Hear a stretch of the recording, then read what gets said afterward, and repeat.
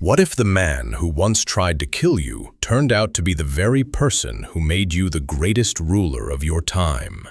This incredible twist of fate unfolded for Duke Huan of Qi, a renowned overlord in the early spring and autumn period, and all thanks to his loyal minister Bao Shuya, who set aside personal grudges to recommend a deadly foe, Guan Zhong.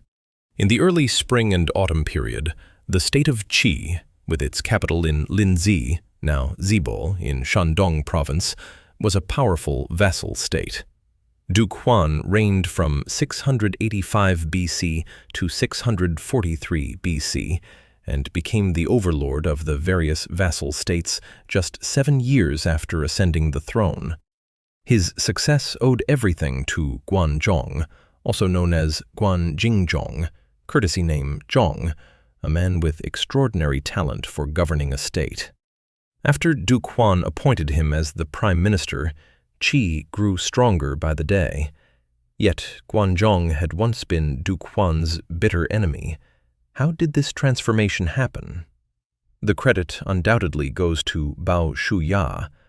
Originally, the ruler of Qi was Duke Xiang, Duke Huan's elder brother. A cruel and reckless man, Duke Xiang drove his 2 half-brothers into exile in other states. One was Prince Jiao, who fled to his maternal grandmother's home in the state of Lu, capital in present-day Chufu, Shandong. The other was Prince Xiaobai, the future Duke Huan, who sought refuge in the state of Zhu, capital in today's Zhu County, Shandong.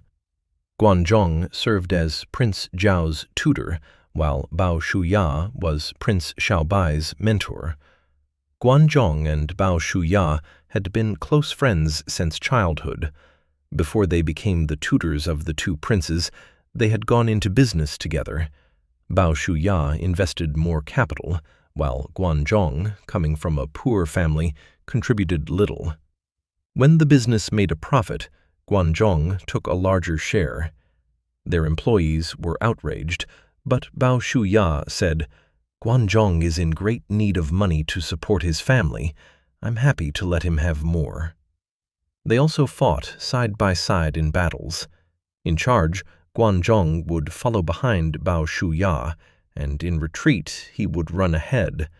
People accused him of being a coward, but Bao Shuya defended him, explaining that Guan Zhong was not afraid of death. He merely had to care for his elderly ailing mother. "His courage is unrivaled under heaven," Bao Shuya added. Upon hearing this, Guan Zhong sighed and told others, "Alas, it is my parents who gave me life, but it is Bao Shuya who truly understands me." In 686 BC, Duke Xiang was assassinated. The following spring, ministers of Qi sent envoys to fetch Prince Jiao back to rule the state. Duke Chuang of Lu personally led troops to escort him. Fearing that Prince Xiaobai would reach Qi first and seize the throne, Guan Zhong hurried ahead with dozens of chariots. When he reached Jimo, southeast of present-day Pingdu in Shandong, he learned that Prince Xiaobai was already ahead. Guan Zhong chased relentlessly for more than 30 li and finally caught up. Seeing Prince Xiaobai sitting in his chariot, Guan Zhong said nothing, secretly picked up a bow and arrow and shot it at him. With a loud cry, Prince Xiaobai spat blood and fell to the floor of the chariot. Convinced that Xiaobai was dead, Guan Zhong fled in haste with his men, certain that Prince Jiao's claim to the throne was now unshakable. Little did Guan Zhong know that Prince Xiaobai was only feigning death. He had bitten his tongue to make his mouth bleed. Escorted by Bao Shuya, Xiaobai took a shortcut to Linzi, the capital of Qi. Though Prince Jiao was the elder brother and should have ascended the throne by right, Bao Shuya persuaded the ministers with great effort to make Prince Xiaobai the ruler, who became known as Duke Huan of Qi. Duke Huan appointed Bao Shuya as his prime minister, the highest assistant, But Bao Shuya declined, insisting that Guan Zhong was the only one worthy of the position. Soon after, the troops of Lu escorted Prince Jiao to the border of Qi. Bao Shuya immediately asked Duke Huan to send troops to resist, and Duke Zhong of Lu was defeated. He was forced to take Prince Jiao and Guan Zhong back to Lu, only to be attacked by Qi's pursuing army. With no other choice, Duke Zhong had Prince Jiao put to death and had Guan Zhong arrested. Bao Shuya instructed Qi's envoys to tell Duke Zhong that Guan Zhong had shot Duke Huan, and Duke Huan wanted to avenge himself by killing Guan Zhong with his own hands.